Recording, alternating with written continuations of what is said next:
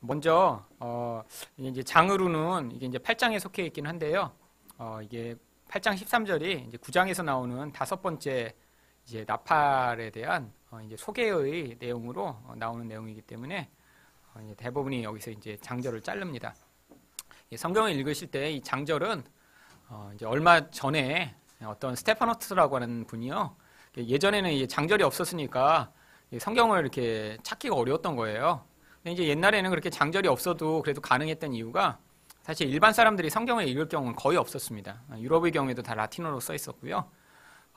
그랬는데 이게 이제 영어나 독일어로 번역되기 시작하면서 이제 평신도들한테 이게 이제 성경들이 이제 보급되기 시작했는데 그랬더니 이 장절이 없으니까 이제 성경을 이제 찾기가 어려워서 400여 년 전에 이제 처음으로 이 장절을 만들기 시작했습니다.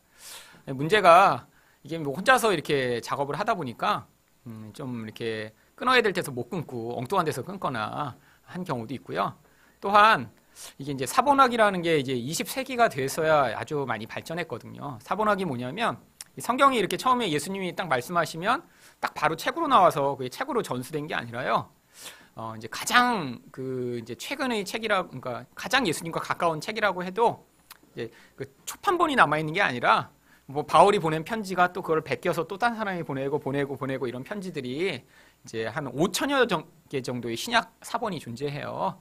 그런데 이제 그걸 다 모아다가 뭐 신약 전부가 기록되어 있는 게 아니라 어떤 거는 공관복음만 있고 어떤 건 바울 서신만 있고 어떤 건 좀 더 많이 있고 이제 그것들 다 비교하면서 뭐가 더 원본에 가까운가를 이렇게 이제 연구하는 학문이 사본학이라는 학문입니다.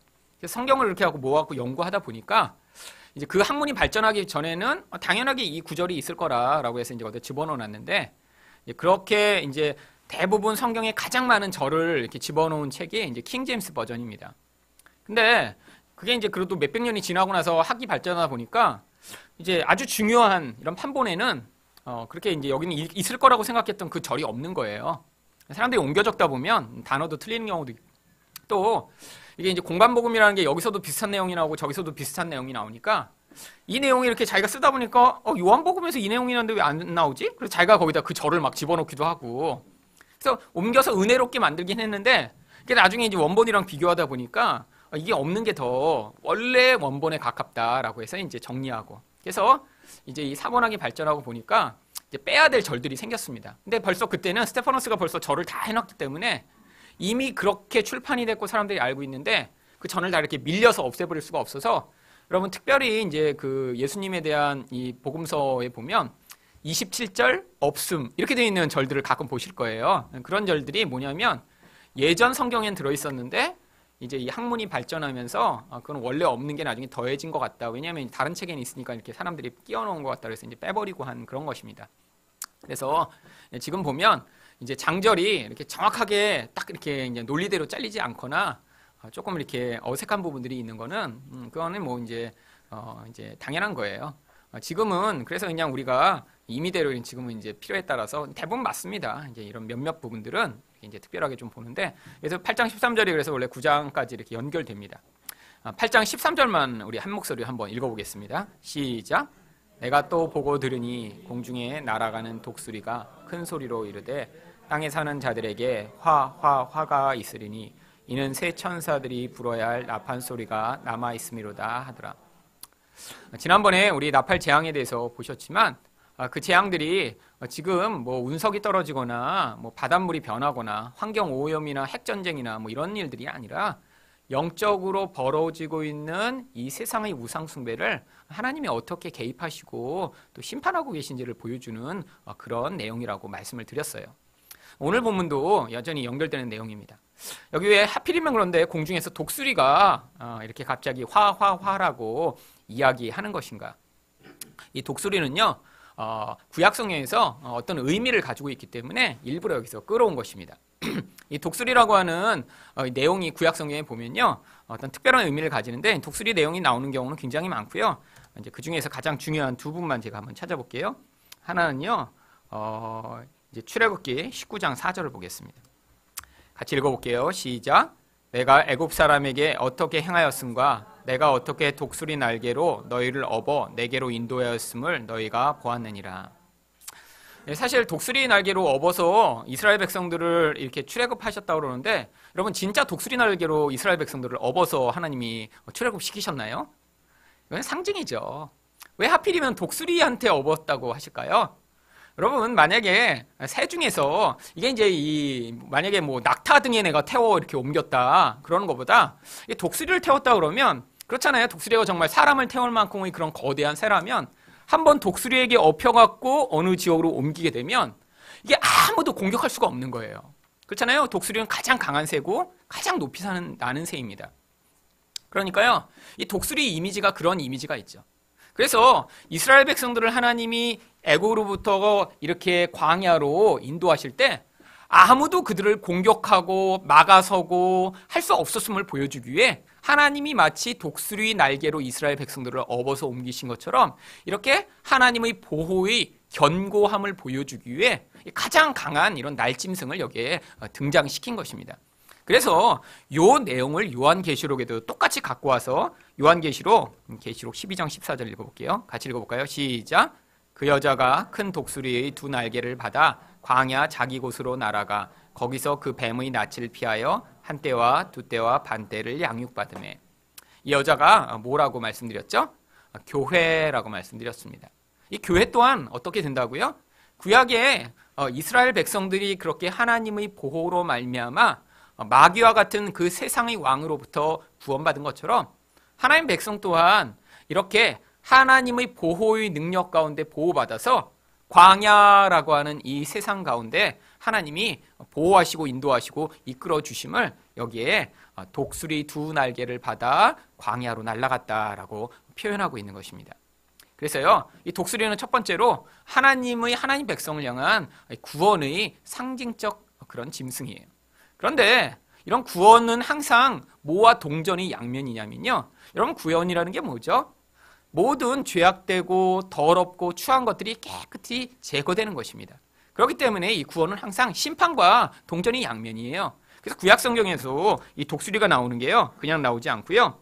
호세아 8장 1절 말씀을 볼게요. 시작. 나팔을 내 입에 댈지어다. 원수가 독수리처럼 여호와의 집에 덮치리니 이는 그들이 내 언약을 어기며 내 율법을 범함이로다. 하나님 백성들을 향한 이 심판의 내용 가운데 이 독수리가 심판의 상징으로 임합니다. 사실 이 독수리 이제 큰 독수리는 뭐 옛날에 그런 이제 얘기들도 있잖아요. 뭐 애기들도 이렇게 마당에 놀고 있으면 내려와서 이렇게 채간다고. 사실 약한 짐승한테는 이제 엄청난 두려움의 대상이죠. 심판을 또 상징합니다. 그래서 여기 우리가 요한계시록 지금 이제 8장에서 보셨지만 이 8장에서 이 독수리가 공중에 날아가면서 이렇게 화를 외치는 건요.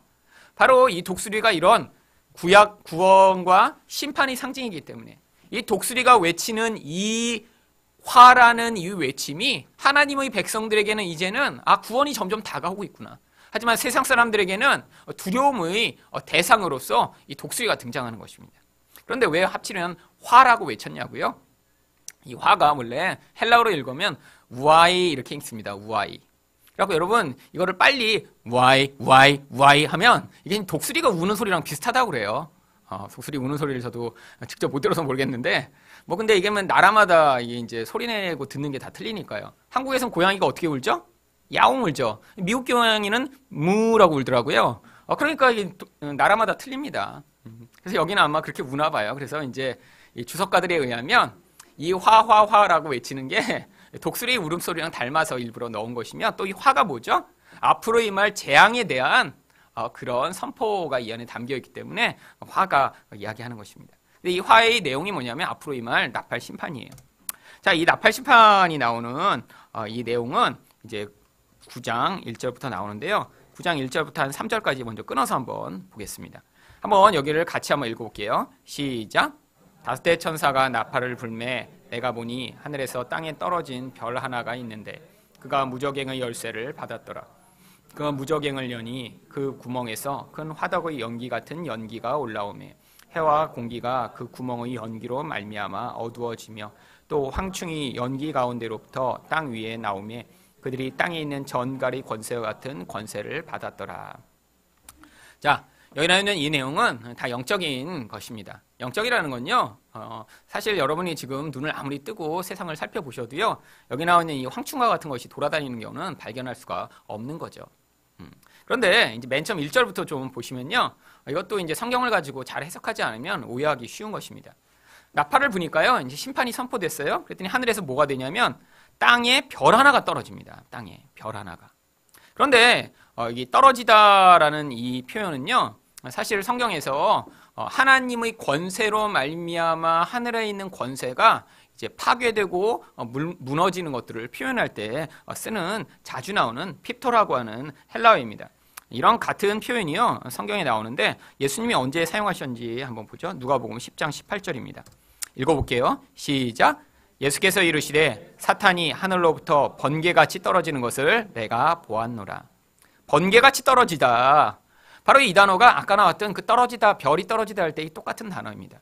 성경에서 별은요, 보통 하나님을 알지 못하는 자들이 하늘에 높고 반짝이는 것이 떠 있으니까 이런 경배하는 대상을 상징하기도 하고요. 또 한편으로는 그렇게 높아지려고 생각하고 자기를 높이는 마귀적인 권세를 표현할 때 이런 별이라고 표현합니다. 그래서 구약 성경에 보면요, 계명성이라는 게 나와요. 뭐 지금으로 이야기하면 금성이죠. 하늘에 반짝이잖아요. 근데 이 계명성이 이 마귀적인 어떤 존재의 교만을 표현할 때 주로 사용합니다. 근데 그 별이 떨어졌대요. 뭐예요? 이게 바로 십자가 사건에서 벌어진 일을 여기선 별이 떨어졌다 이렇게 표현한 거예요. 십자가가 서기 전까지는요, 마귀가 세상의 왕이며 주인처럼 행세했습니다. 하나님이 허용하신 거죠. 그런데 십자가가 서면서 말미암아 영적으로 이제까지 마귀의 그 권세와 영향력이 완전히 파괴돼 버린 거예요. 그래서 그것을 또 요한계시록에서는 마귀가 하늘에서 내어 쫓겼다 이렇게 또 표현하기도 하는 것입니다. 하늘에서 별이 떨어진 게요, 그러니까 어떤 운석이 떨어져서 이 지구에 구멍을 내갖고 막 연기를 내고 그런 의미가 아니라 마귀가 십자가로 말미암아 패배했음을 보여주는 거예요. 근데 패배했는데 무슨 일이 벌어지냐면 여기도 마찬가지예요. 예수께서 사탄이 하늘에서 번개같이 떨어지는 거를 이제 미리 예언적으로 보신 것입니다. 이제 십자가 사건에서 이 일이 벌어질 거예요. 그래서 아까 계시록 9장 1절에 보시면요, 별이 있는데 이 별이 땅에 떨어지면서 무슨 일을 하냐면 무저갱의 열쇠를 받아요. 무슨 얘기냐면 마귀가 이렇게 하늘에서 권세에 있는 자리에서 떨어지면서 무저갱을 이제 그 안에 들어가게 되었다라는 것입니다. 무저갱이 그때까지는 잠겨 있었어요. 그런데 하나님이 이 마귀를 거기에 집어넣으시기 위해 무저갱을 여신 거예요. 그리고 그 마귀를 거기다 집어넣으신 것입니다. 이 무저갱이라고 하는 이 단어가 헬라어로는 아비소스라고 읽어요. 근데 이 아비소스라고 하는 단어에서 지금 영어에 사용하는 어비스라고 하는 단어가 그대로 나왔습니다. 그럼 어비스 뭐라고 주로 번역하죠? 심해, 해연 뭐 이런 단어로 번역됩니다. 어비스. 근데 이 아비소스가 원래 그런 뜻이에요. 영어로는 그래서 이 무저갱을 주로 뭐라고 번역하냐면 bottomless pit이라고 주로 번역합니다. 여기도 그런가요? 지금 이제 제가 가지고 있는 여기는 the shaft of the abyss라고 그냥 번역했네요. 이 NIV는 성경 따라 bottomless pit이라도 번역하고요. 한글 성경 중에는요, 현대인의 성경은 이걸 이제 좀 해석적으로 번역하느라고 뭐라고 번역하냐면 아비수스라고 하는 밑 없는 지옥 구덩이 이렇게 길게 번역했어요. 뭐 이렇게까지 설명은 필요 없는데 그래도 하여튼 무저갱 이렇게 해놓으면 무슨 뜻인지 알지 못하니까 설명을 길게 한 거죠. 근데 이 무저갱이 요한계시록에서 어떤 특별한 의미를 갖고 있습니다. 자, 이런 경우에 여러분들이 이제 성경을 좀 자세히 보시기 위해서 제가 지금 사용하는 이런 프로그램은 인터넷에서 공짜로 이게 받을 수 있는 프로그램이거든요. 베들레헴 바이블이라고요. 그래서 이 성경 굉장히 좋아요. 여기 위에 보시면 이 성경 역본이 한 열 몇 가지를 한꺼번에 다 볼 수 있습니다. 그래서 이 모든 거를 이 O를 클릭하면 이 성경 역본을 이 전체가 떠요. 여기 쭉. 좋죠. 네. 그리고 이거 지우고 K만 클릭하면 한글만 쭉 뜨고, E만 클릭하면 영어만 쭉 뜨고, 쭉. 그다음에 여기 이제 앞에 역본을 표시하라 그러면 무슨 역본이까지 앞에 다 나와요. 이건 ISV, 뭐 다 찾아요. ESV, NIV. 그다음에 이제 이 성경의 진짜 좋은 점은 사실 단어 찾기입니다. 여기서 만약에 내가 어떤 단어가, 여러분 성경 읽다 그런 궁금하신 적 없으세요? 사실은 하나님의 사랑 어디서 나온 것 같은데 이렇게 해서 만약에 하나님 사랑 두 글자 친 다음에 클릭을 하면 여기 이제 너무 작게 나왔네요. 여러분한테 보여드리기는. 보세요. 여기 하나님과 사랑이 나오는 이 단어가 몇 번 나오는지 색깔까지 이렇게 바꿔갖고 맨 아래 보면 몇 번 나오는지까지 표시돼요. 성경 전체에 하나님과 사랑이 나온 구절이 107번 이게 나온다. 영어도 가능합니다. 찾는 게. 그래갖고 이제 이런 무적행 같은 경우에도 성경에 이제 많이 나오는 단어는 뭐 하나님 찾으면 너무 많아서 이제 할 수가 없고요. 무적행이라고 치면 성경 전체에 나오는 무적행을 다 한 번에 읽을 수 있어요. 이게 중요한 성경 공부 방법 중에 하나인데요. 무적행 한번 쳐볼게요. 그럼 성경 전체에서 9절밖에 안 나옵니다. 자, 그런데 맨 처음부터 그래서 쭉 읽으면서 이게 무슨 의미인지 사실 살피면서 공부를 할 수 있는 거예요. 자, 누가복음 8장 31절에 무적행으로 들어가라 하지 마시기를 간구하더니 이거 누가 간구한 거죠? 마귀가, 귀신이, 군대 귀신이 예수님한테 간구한 것입니다. 그러니까 여기서 나오는 이 무적행의 의미는 어떤 의미냐면 마귀가 갇히게 되는 어떤 공간임을 이제 알 수 있죠. 그 다음에 로마서 10장 7절에는요. 혹은 누가 무적행에 내려가라고 하지 말라 하니 내려가겠냐 하면 그리스도를 죽은 자 가운데 모셔 올리라는 것이냐. 이거는 이제 문맥이 아니고는 그냥 해석이 어려운 그런 내용입니다. 이건 마귀랑 관련된 내용이 아니기 때문에 지금 이제 별로 볼 게 아니고요. 그 외에 나머지 모든 구절은 다 마귀랑 관련해서 9장 1절부터 이제 20장 3절까지 무적행이라는 단어가 총 9번 중에 7번이 요한계시록에서만 사용돼요. 그런데 이 구절들을 이제 보면서 이제 이게 무슨 의미구나 해석을 하는 거예요. 근데 아까 보세요. 9장 1절에서 보면 이 무적행이 마귀로 말미암아 열리게 돼요. 이건 무슨 얘기냐면요. 이제 십자가로 말미암아 공중 권세 잡은 자처럼 살던 마귀가 십자가의 권세로 예수님이 왕이 되시면서 더 이상 그 왕좌의 자리에서 있을 수 없었던 거예요. 그래서 이제 내려 쫓긴 것을 얘기합니다. 그런데 요한계시록에서 12장에서는요. 땅으로 내어 쫓겼다고 하는데 또 다른 곳에서는 무적행에 내어 쫓겼다고 합니다. 왜 이렇게 다른 표현을 쓴 것일까요? 그런 표현을 통해서 어떤 내용을 강조적으로 보여주기 위한 거죠. 땅으로 내어 쫓겼다는 표현은요. 이제 하늘의 권세가 하나님에게 돌아갔고 예수 그리스도가 왕이시기 때문에 이제 하늘에서 자기 마음대로 할 수 없음을 보여주기 위해 땅으로 내어 쫓겼다고 얘기하는 거고요. 무적행에 갇혔다라고 성경이 얘기하는 건요. 이처럼 예수 그리스도의 권세가 워낙 강력하기 때문에 마귀가 마치 감옥에 갇힌 것처럼 지 마음대로 나왔다 들어갔다도 할 수 없고 세상을 그렇게 지 마음대로 영향을 미칠 수 없음을 보여주기 위해 무적행에 갇혔다. 또 이렇게 표현하는 것입니다. 그렇기 때문에요. 그런데 무적행에 갇혀 있는데 무슨 짓을 하냐면 이제 9장 2절에 우리가 볼 텐데 그 무적행을 연 다음에 거기서 연기와 같은 연기를 하늘로 올려보내고요. 그리고 그 연기와 함께 황충들을 세상으로 보냅니다. 그럼 뭐예요? 갇혀는 있지만 영향력을 계속 행사하고 있는 거예요. 그래서 이게 갇힌 게요. 물리적으로 갇힌 게 아닙니다. 그런데 그래서 이 마귀를 또 뭐라고 불러요? 9장 11절에는 무적행의 사자. 이 사자는 천사입니다. 여러분 무적행의 뭐 라이언 이렇게 해석하시면 안 돼요, 이건. 자, 무적행의 천사인데 히브리어로는 아바돈이요, 헬라어로는 아볼루원이라.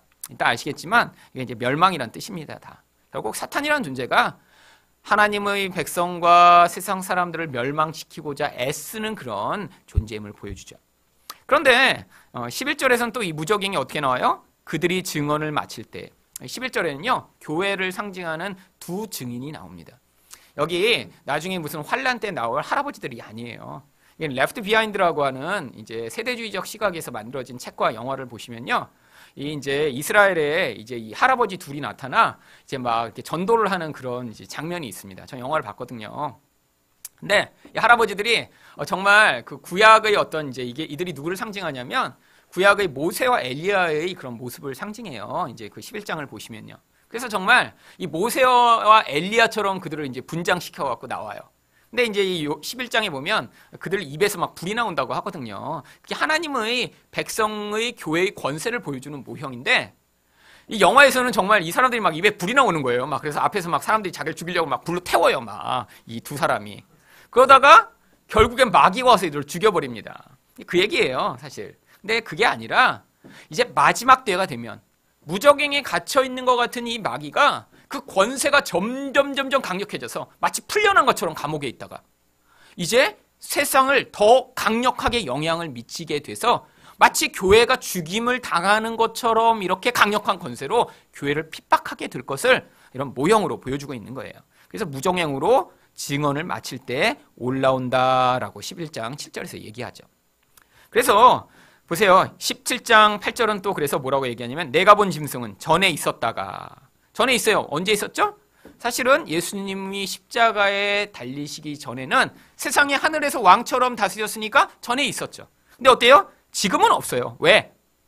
마귀가 이제는 그 권세의 자리에서 내려와서 마치 숨어버린 것처럼 안 보이는 거예요. 근데 어때요? 나중에 또 장차 무적행으로 다시 올라와 마지막에 한번 사람들을 확 미혹한 다음에 어떻게 돼요? 멸망으로 들어가게 된다. 그 얘기가 17장 8절에 써 있는 거고요.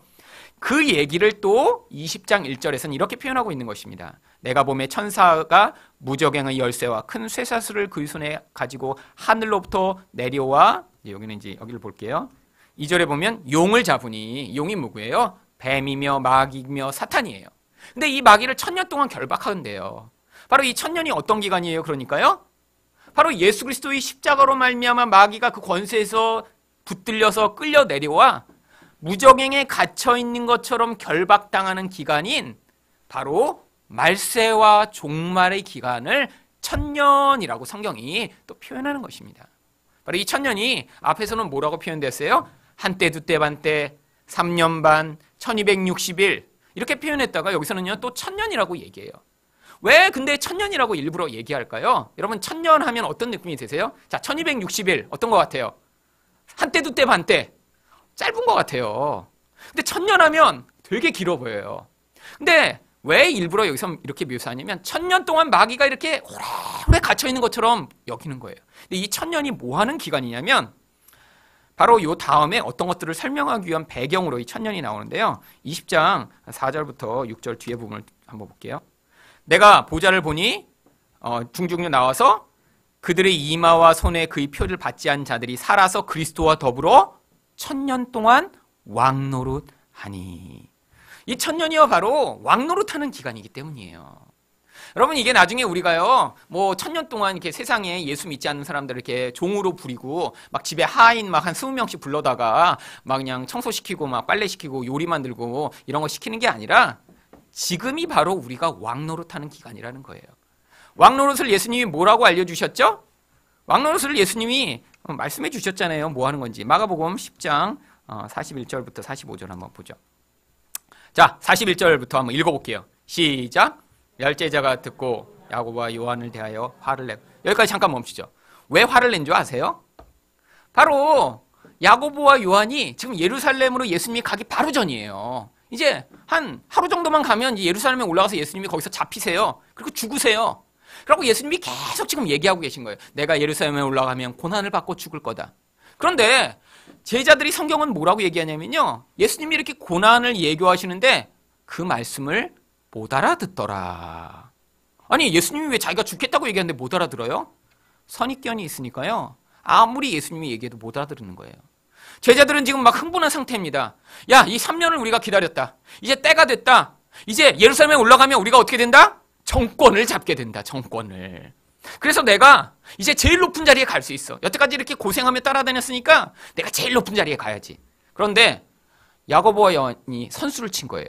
자기들이 직접 얘기하면 힘이 딸릴까 봐 어머니를 샤바샤바 해갖고요. 어머니가 가갖고 예수님한테 예수님 예루살렘에 올라가셔서 정권을 잡으시면 우리 아들을 우의정과 좌의정으로 삼아주세요.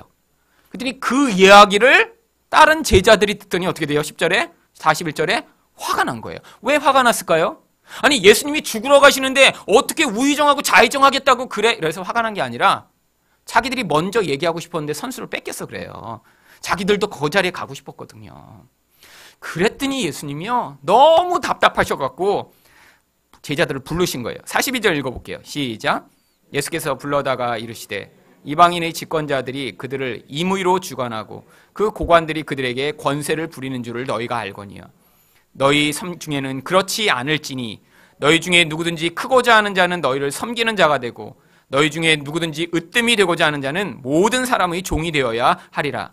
인자가 온 것은 섬김을 받으려 함이 아니라 도리어 섬기려 하고 자기 목숨을 많은 사람의 대속물로 주려 함이니라. 여러분 왕됨이 바로 이거예요. 여러분 세상의 모든 갈등은요 내가 예수님이 이야기하시는 왕이 아니라 세상 사람이 착각하고 있는 왕. 그래서 자 내 맘대로 해. 자 내가 시키는 대로 좀 해봐 라고 남을 그렇게 지배하고 다스리려고 하니까 갈등이 벌어지는 거예요. 여러분, 가정에서도요, 행복이 찾아오는 유일한 길은요, 아내는 남편 시키는 대로 하고 남편은 아내 시키는 대로 하면 행복해요. 근데 가정이 안 행복하다 하면 서로 시키는 대로 안 하고 자기가 주장하는 대로 남을 지배하려고 기싸움하니까 힘든 거죠.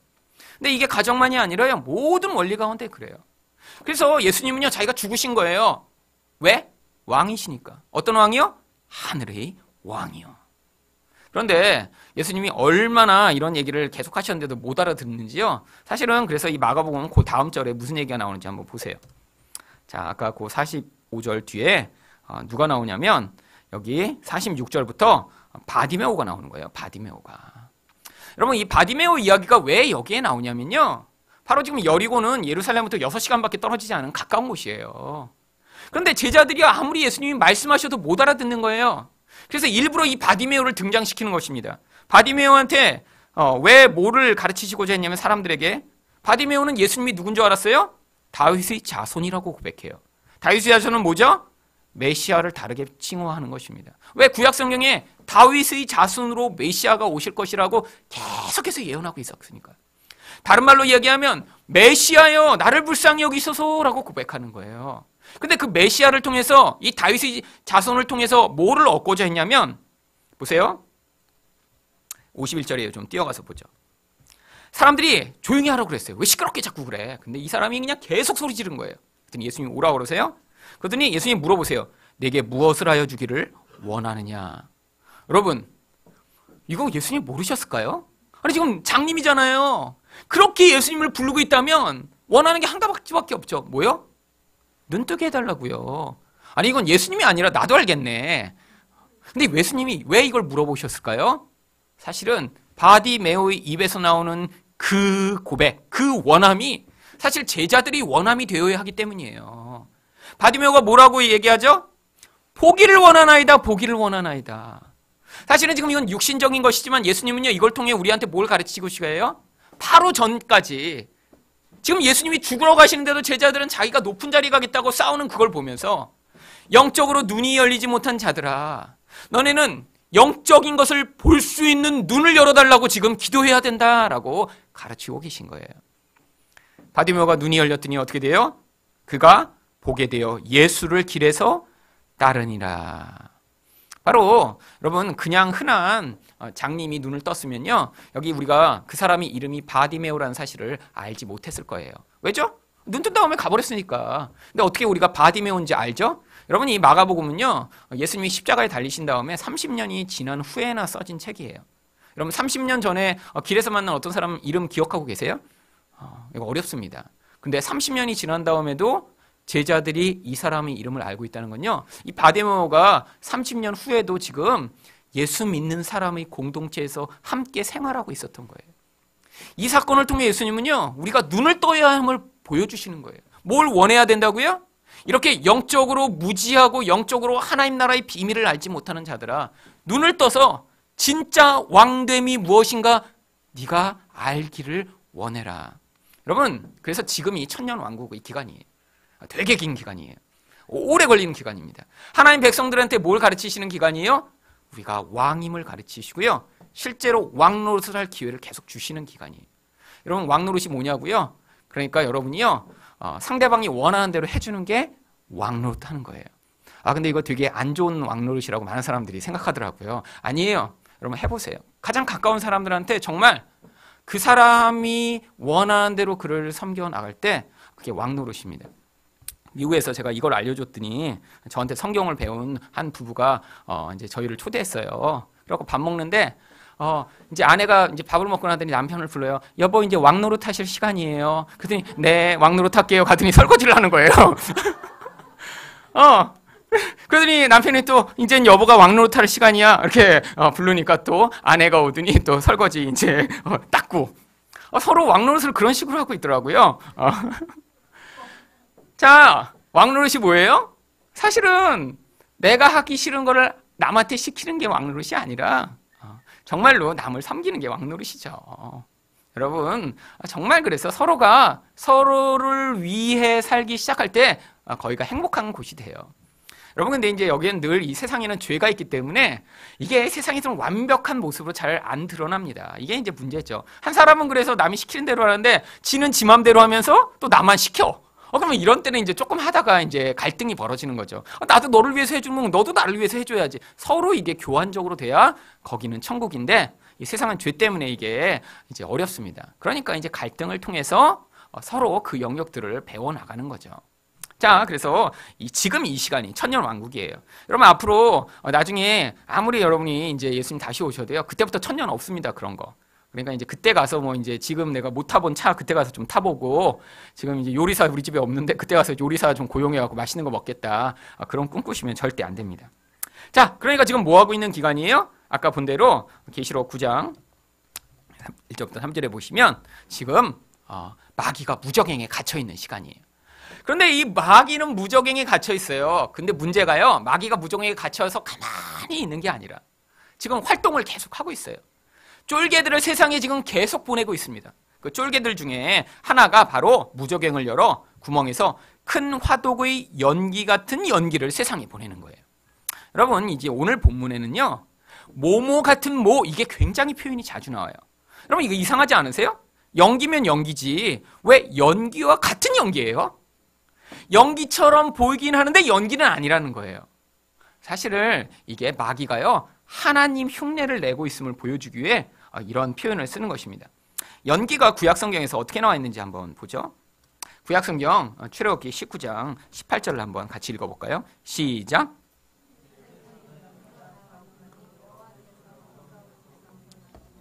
그 연기가 옹기 가마 연기같이 떠오르고 온 산이 크게 진동하며.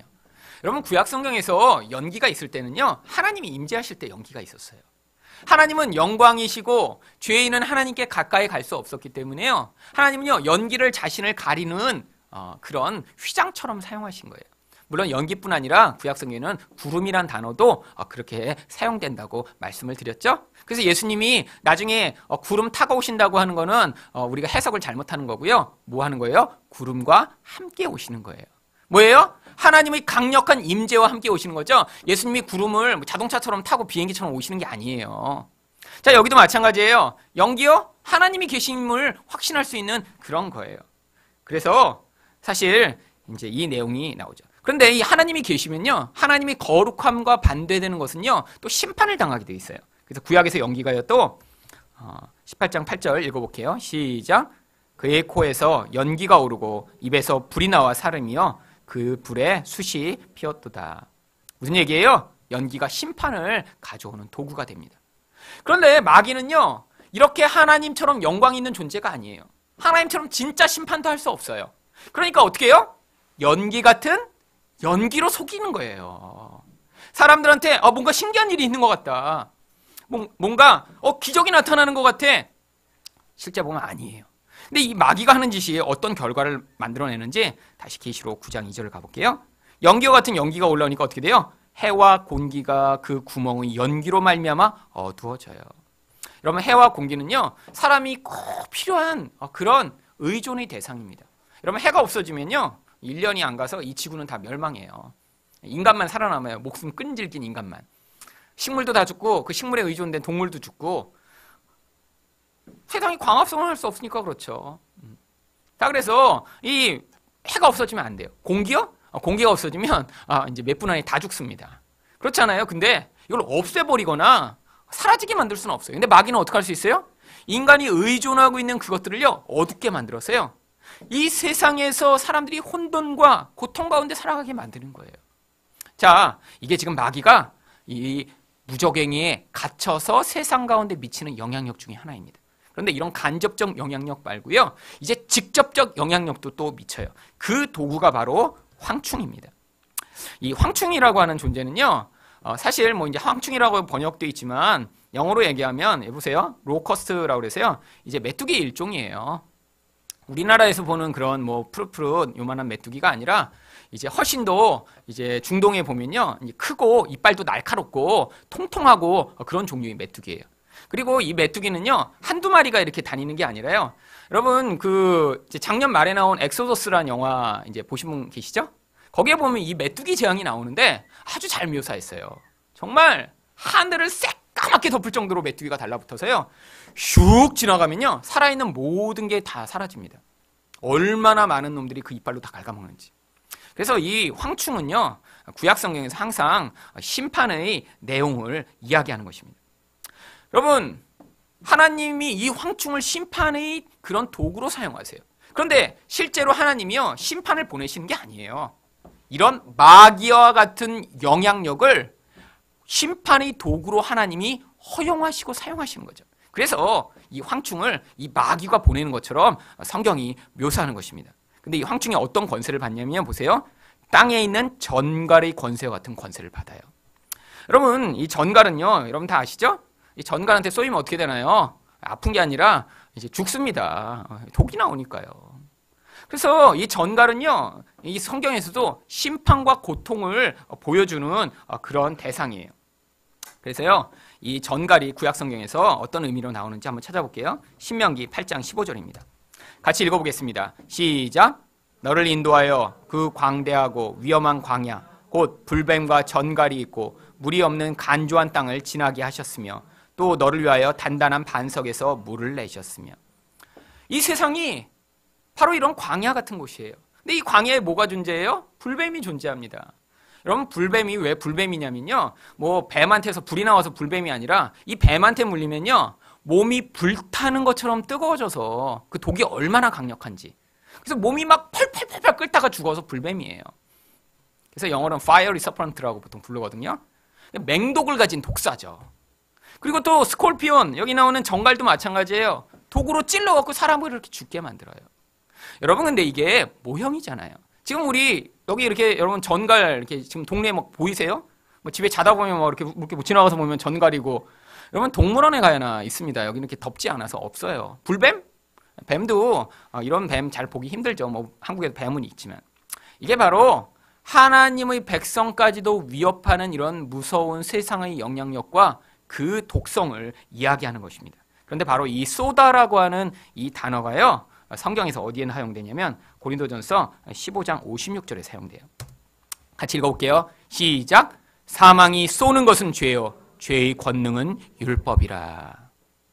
여러분, 이렇게 독사가 물고 전갈이 쏜다라고 할 때 이 쏘다라는 게요. 바로 이런 죄의 강력한 영향력으로 말미암는 결과를 이야기하는 거예요.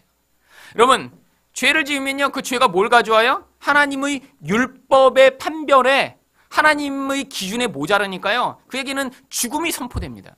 이게 바로 전갈로 쏘이는 것 같은 거예요. 세상에서 마귀는요. 우리 영혼에 침투합니다. 또 우리 영혼에 영향을 미쳐요. 마치 전갈에 쏘이듯이요. 내가 한번 쏘이고 나면요. 독이 안으로 퍼져서 내 영혼과 몸을 지배하듯이 이렇게 마귀적인 영향력이 사람들의 영혼을 침투해서요. 하나님의 율법에 반대하는 행위만 계속 하게 만드는 거예요. 그래서 어떻게 돼요? 결국 죽음에 이르도록 만드는 것입니다. 무엇이 그런 가장 대표적인 영향력이냐면 디모데전서 6장 10절 읽어볼게요. 시작. 돈을 사랑함이 일만하게 뿌리가 되나니 이것을 탐내는 자들은 미혹을 받아 믿음에서 떠나 많은 근심으로써 자기를 찔렀도다.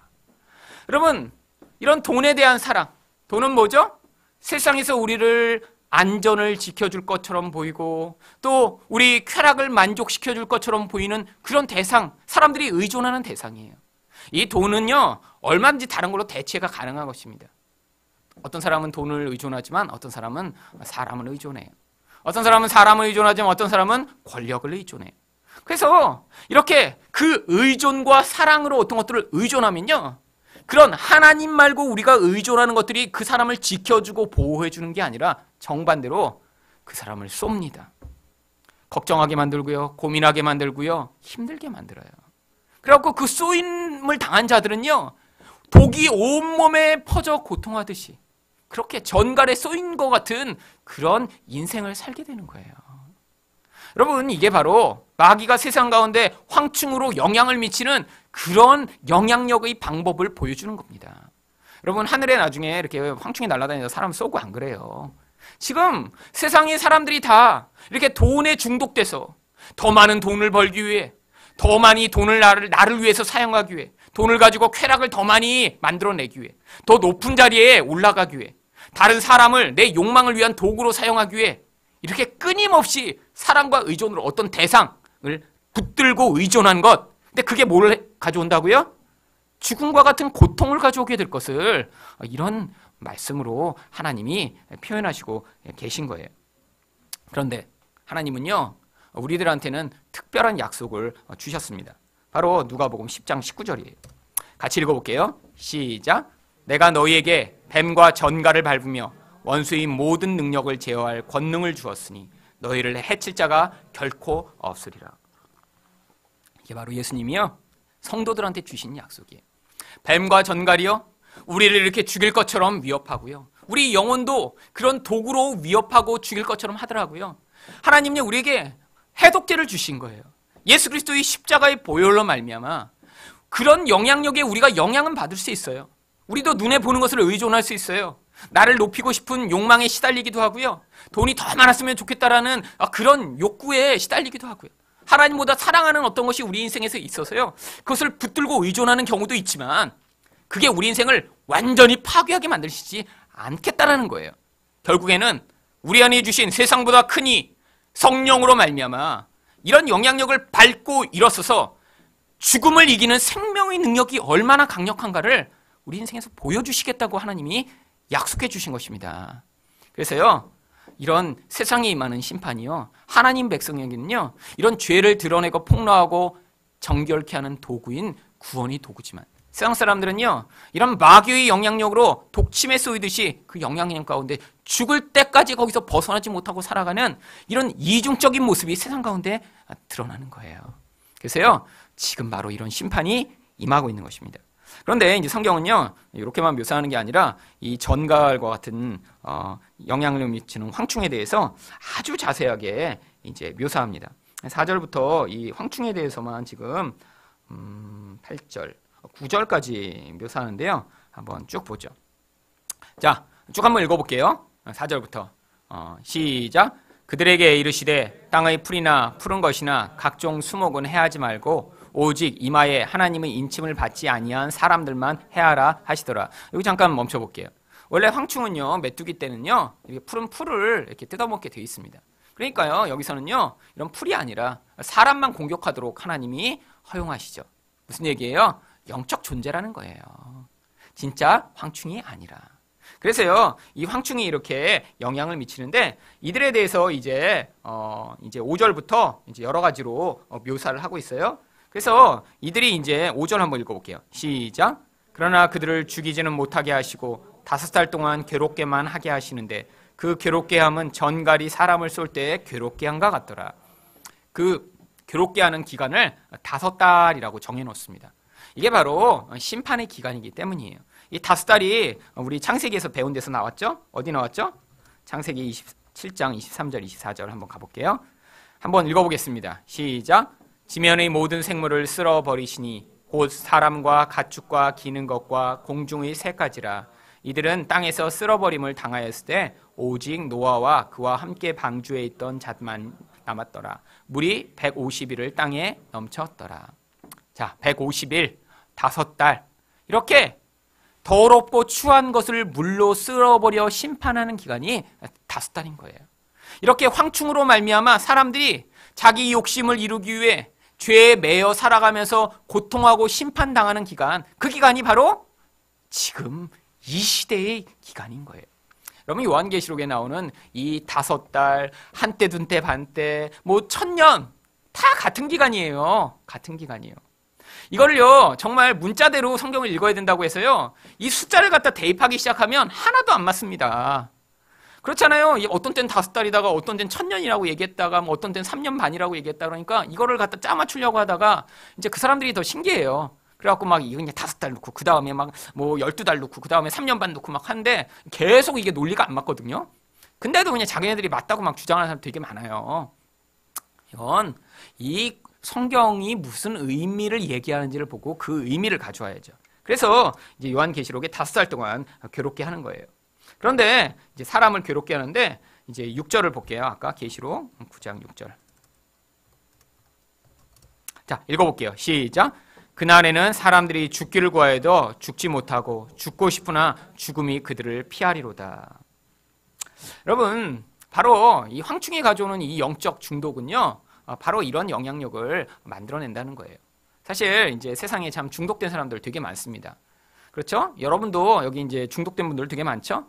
커피 중독된 분도 있고, 뭐 나쁜 거는 중독 뭐 안 돼서 그렇다고 하지만 우리도 다양한 것에 중독돼 있어요. 그렇죠? 스마트폰 중독돼 있죠. 뭐 특정 콘텐츠에 또 중독된 분들 있죠. 그래서 끊임없이 가서 이제 그걸 계속 봐야 되고 계속 해야 되고, 또 페이스북 중독된 사람들, 누가 글 올렸으면 누가 답글 안 다나 그냥 그래갖고 그냥 자다가도 새벽에 일어나서 가서 한번 보고 와서 한 명밖에 안 읽었네. 그리고 또 자고. 다 중독이에요. 그런데 우리가 중독된 건 별로 심각하게 여기지 않아요. 중독이라는 게 뭐죠? 내 의지에 반해서 끊임없이 그것에 어떻게 끌려가는 것이 중독입니다. 여러분, 뭐가 중독되는지 알려면 쉬워요. 그거를 이제 오늘부터 하지 말아야지. 그러면 정말 3일 동안 안 할 수 있으면 중독된 거 아니에요. 아니 이제 스마트폰 3일 동안 내가 안 봐야지. 뭐 페이스북 3일 동안 안 가야지. 근데 그걸 억지로 참고 있으면 안 돼요. 그래갖고 막 나를 묶어 여기다 못 보게 막 이러면서 그러면 그건 중독된 거예요. 그렇잖아요. 그리고 나서 그냥 3일이 맺혀 땡 하자마자 그냥 가서 막 그동안 누가 뭐 했나 막 보고, 이거 중독된 거예요. 그건 이제 그만해야지. 그러면 자유로워야 돼요. 이게 중독이 안 된 거예요. 여러분, 우리도 얼마나 중독된 게 많아요. 사실 여러분 먹을 거에도 지금 사실 중독돼 있어요. 근데 그냥 먹을 게 아니에요. 사람마다 또 특별한 종류의 먹을 게 있어요. 단 거, 뭐 기름진 거, 밤에 먹는 거, 신라면, 이런 거. 저도 이 라면 요새는 이 신라면에 너무 익숙해져 갖고 라면 자주 안 먹는데도 딴 라면을 여러 번 시도하는데 못 벗어나겠어요. 지금 30년째. 딴 라면은 뭐 제가 진라면도 먹었는데 라면 같지가 않아. 그래서 다시 신라면으로 돌아오고. 이거 중독시킨 거예요. 나쁜 놈들이에요. 그 맛에 정말 벗어날 수 없게 만들었어요. 그러니까 딴 라면은 못 먹어요. 그래서 이거 중독된 거예요, 사실. 여러분, 세상은요, 우리가 그렇게 중독돼 살게 만들어요. 여러분, 술, 담배만 중독됐다고 나쁜 놈이고, 뭐 포르노 중독됐다고 나쁜 놈이고, 여러분은 괜찮은 놈이죠? 네, 괜찮은 분들이에요. 네, 물론 그런 거에 중독되면 파괴의 결과가 너무 현저하고 강합니다. 여러분, 근데 그거 아세요? 그렇게 담배 나쁜 거 모두 알고, 여러분 의사 선생님들은 얼마나 잘할까요? 그렇잖아요. 병원에서 맨날 담배 때문에 이렇게 암 걸리고 막 고통하는 사람 많이 볼 텐데, 근데 의사 선생님 중에 담배 못 끊는 사람이 그렇게 많다고 그러더라고요. 눈으로 봐도 안 되는 거예요. 여러분, 담배 피는 사람 보고 담배 끊으려고 애써보지 않았냐고 물어보면요, 다 끊으려고 다 해봤어요. 올해만 해도요, 1월달 시작되고 이 담배가 오르고 그래갖고요, 지금 금연 클리닉에 지금 등록한 사람이 5만 명이 넘대요. 근데 지금 한 달밖에 안 지났는데 이제 계속 체크하는데 요 한 달 동안 등록하고 다시 담배 핀 사람이 그중에 절반이래요. 한 달을 못 버티는 거예요. 이게 무서운 거죠. 이 담배는요, 단순히 니코틴이 들어가서 그 농도를 유지할 뿐 아니라 이제 이 담배 같은 걸 피면요, 이게 늘 이 담배 피면서 그때의 행복한 기억이 뇌가 기억을 하는 거예요. 밥 먹고 포만감 있을 때 한 잔 쭉 빨아들였을 때의 그 기분, 그 다음에 밖에서 오돌오돌 떨다가 이렇게 불 붙였고 할 때 그 기분, 그 따끈한 기분. 그러니까 뇌가 담배를 단순히 피는 게 아니라 그 담배 필 때의 그 행복했던 그 순간을 자꾸 뇌가 기억하니까요, 10년이 지나도 담배는 끊는 게 아니라고 그러더라고요. 억누르는 거래요. 억누르는 거. 무서운 거죠. 여러분, 근데 이런 약물이나 이런 거에만 중독되는 것, 그것만 나쁜 건가요? 여러분, 드라마 30년째 못 끊고 계신 분들 많습니다. 그렇잖아요. 어려서부터 그냥 보기 시작했던 그 드라마. 내용은 늘 똑같아. 30년 전이나 지금이나. 그냥 뭘 널 사랑해, 너만 사랑해, 뭐 이런 얘기. 그냥. 근데 못 끊어요. 못 끊어요.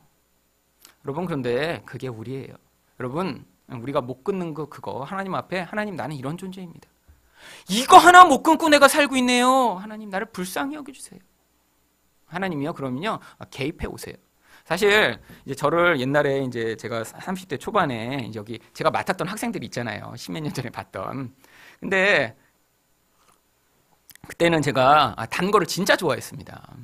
그래갖고요, 저만 이제 단 거를 좋아하는 거를 아는 게 아니라, 이게 어떤 사람이 뭔가를 이렇게 과도하게 좀 하면 모두 알아요. 그러니까 그때는 학생들이 외국에 갔다 온다 그러면 꼭 초콜릿을 사다 줬어요. 이렇게. 그리고 저도 그렇게 사오면 그거 그냥 아주 좋았어요. 딴 거 사오는 것보다. 뭐 저한테 술을 사다 주겠어요. 뭐 담배를 사다 주겠어요. 그러니까 애들도 뭐 외국에 갔다 오거나 어디 뭐 선교 갔다 와도 그렇고 이제 꼭 초콜릿을 사오면 이게 참 맛있다. 그랬는데 저도 이렇게 그게 약간 중독이 된 거죠. 그래갖고 이제 그 초콜릿을 했는데 그 초콜릿이 단순히 단 게 아니라 이제 기름기가 많고 그렇잖아요. 이게 몸이 안 좋은 거예요. 근데도 못 끊는 거죠. 그 단맛에 길들여갖고. 그런데 제가 미국에 갔는데 이 초콜릿만 먹기만 하면 몸이 가렵기 시작한 거예요. 이거 참 고민이고 괴롭더라고요. 너무 먹고 싶은데 그 잠시의 쾌락을 내가 삼키고 나면 몸이 가려워서 하루 종일 긁어야 되니까. 그래서요, 요즘은 초콜릿을 못 먹습니다, 지금. 무서워서 가려울까봐. 근데 그게 이제 습관이 오랫동안 또 새로 되니까요. 요즘은 사실 이제 초콜릿 줘도 잘 안 먹어요. 이제 그래 다행히 조금씩 벗어나고 있는 거죠. 아직도 가끔씩 끓일 때가 있습니다. 너무 피곤하고 그러면 끓일 때가 있는데, 그래서 지난주에도 스니커스 하나 먹었어요, 솔직히.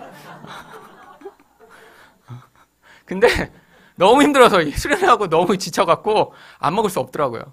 그리고 제가 갔던 이제 새로운 학교에는 이 목사님이 이렇게 강사로 오면 너무 이제 그런 거를 이렇게 대접을 잘해요. 그래갖고 그 강사 방에 아예 초콜릿 한 5종류 쭉 이렇게 배열해 놓고 차도 한 10종류 막 커피 무슨 차 하고 쫙 놔두고 막 과자 이렇게 하고 놔두고 한 책상을 꽉 채워놨어요. 그런 간식으로. 그래갖고 그래서 결국 먹을 수밖에 없었어요.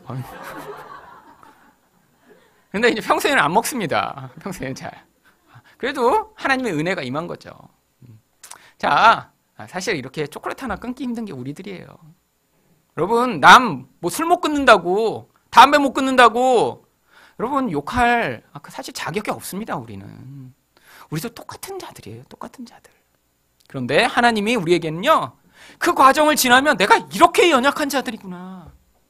내가 정말 이까짓 거 하나 내 힘으로 이겨낼 수 없는 그런 중독된 인생이구나라는 것을 고백하면서 하나님의 은혜가 우리 인생에서 다스릴 수 있도록 나를 예수 그리스도에게 자꾸 내어드릴 수 있는 그런 영적 자질을 내 안에 성령으로 넣어놓으신 거예요. 그래서 감사한 거죠. 여러분, 우리 다 수준이 다르지만 무엇인가 그 수준대로 중독되어 있는 거 많아요. 보이는 것에 중독된 사람들이 사실 더 저급한 거고 눈에 안 보이는 거에 중독된 사람들이 더 고차원적으로 중독된 거예요. 사실요, 저차원적으로 중독되는 사람이 이제 술이나 담배 같은 거 이런 거에 중독되고요. 고차원에 중독된 사람은요, 이제 눈에 안 보이는 권력 뭐 이런 거에 중독돼 있어요. 여러분, 정치계에 뛰어든 사람이요, 그 권력에 중독돼서 못 떠나는 거예요. 그 권력이 가져져야 되는 강력한 힘, 사람들이 자신에게 보이는 그 찬사와 그 영광을 못 벗어나는 거예요. 여러분, 그런 게 진짜 무서운 겁니다.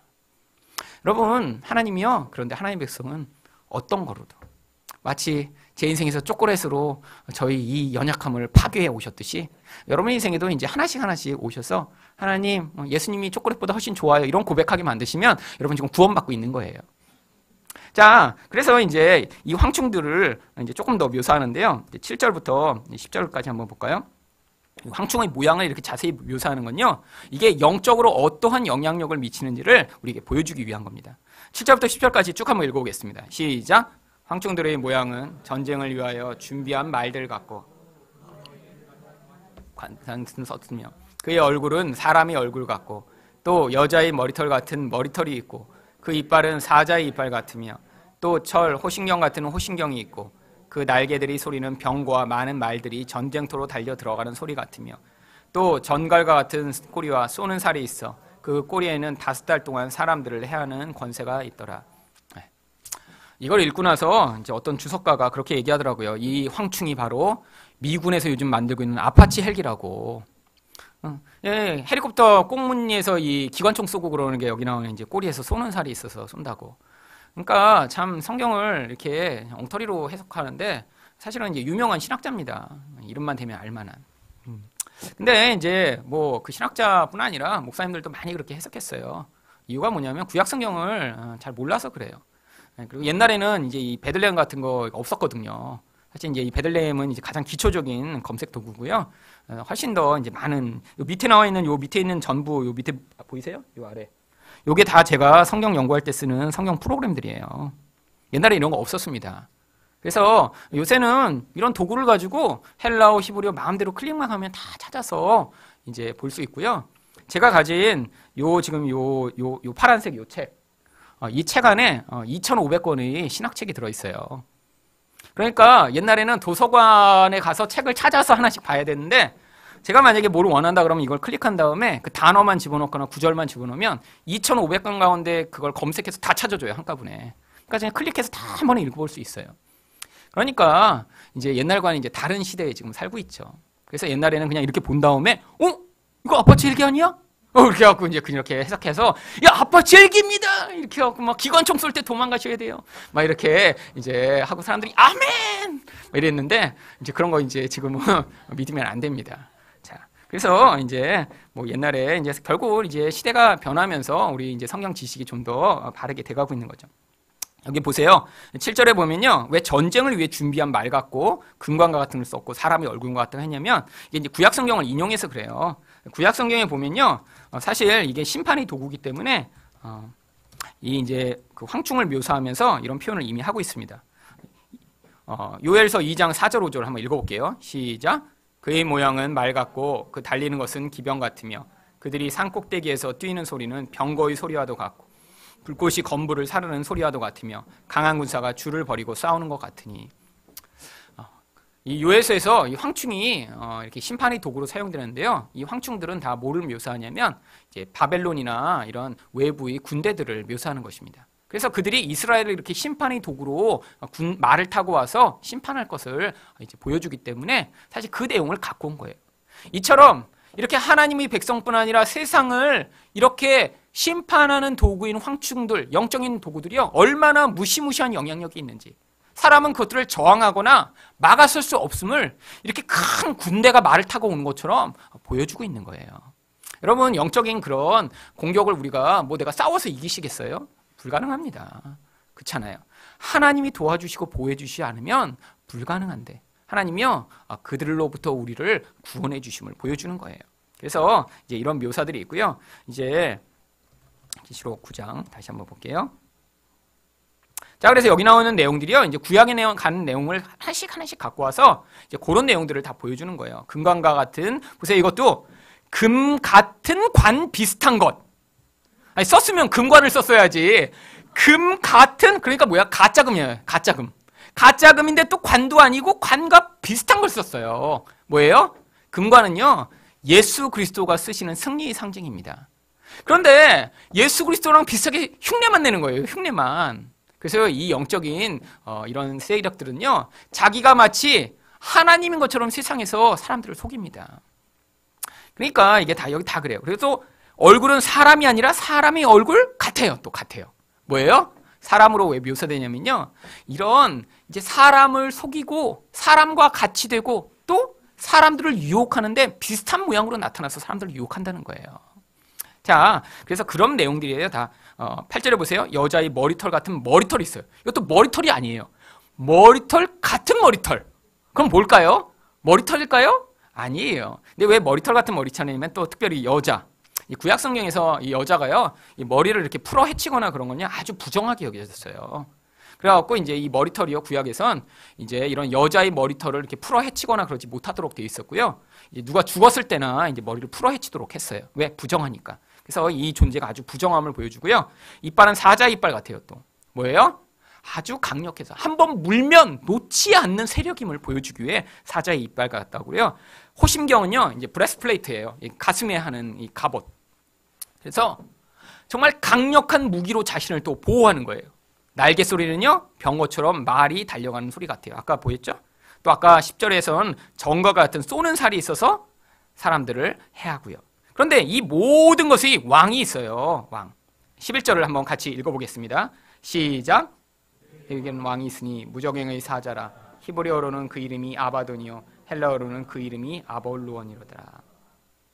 이 히브리어로 아바돈은요, 멸망이란 뜻이고요. 헬라어로는 아볼루원은요, 멸망시키는 자 이런 뜻이에요. 결국 뭐예요? 마귀가 그들의 배후에 있다는 거예요.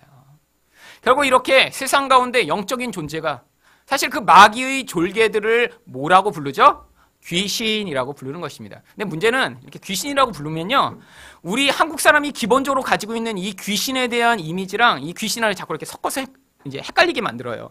한국 사람들은 어떤 귀신의 이미지가 있죠? 일단은 흰 옷을 입어야 돼요. 소복. 그다음에 머리도 그렇게 풀어 헤쳐야 돼요. 여기 나왔잖아요. 여자같이 이렇게 긴 머리를 갖고, 그리고 여기 이제 피도 흘러야 돼요. 이렇게.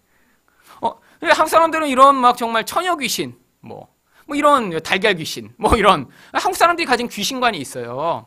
그런데 이제 이 성경에 나오는 귀신이라고 번역된 이 단어는요, 이제 우리의 어떤 그 전통적인 그거로 번역하기는 어려운 단어예요.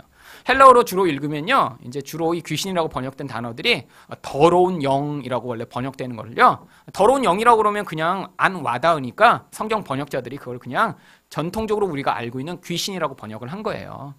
여러분, 마귀가요, 이렇게 더러운 영을 세상에 보내는 거예요. 눈에 안 보여요. 근데 이 더러운 영은 어디에 영향을 미쳐요? 사람의 영에 영향을 미쳐요.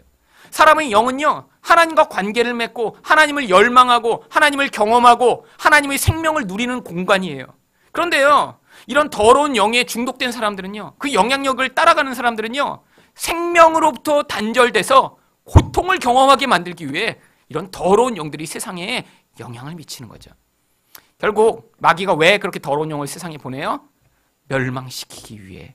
그런데 하나님은요, 이런 마귀적 영향력으로부터 하나님 백성을 구원해내심으로 말미암아 우리 하나님이 얼마나 크고 놀라운 능력 있는 분이신가를 이 말세의 시대에 우리 삶을 통해서 경험케 하시는 거예요. 그래서 우리가 이 말세를 살아가면서 마귀가 때때로 우리 삶에 영향을 미치는 것 같은 때에도 하나님이 우리를 보호해 주셔서 우리는요, 안전합니다. 그러니까요, 우리 안에서 하지만 이런 마귀에게 유혹을 받는 그런 영역이 있으면 또 어떻게 돼요? 이 과정을 통해 회개하게 하시고 더러운 것이 제거되게 만드셔서 우리를 정결하게 만드시는 과정으로 지금 이 말세의 기간을 하나님이 하나님 백성에 허락하신 거예요.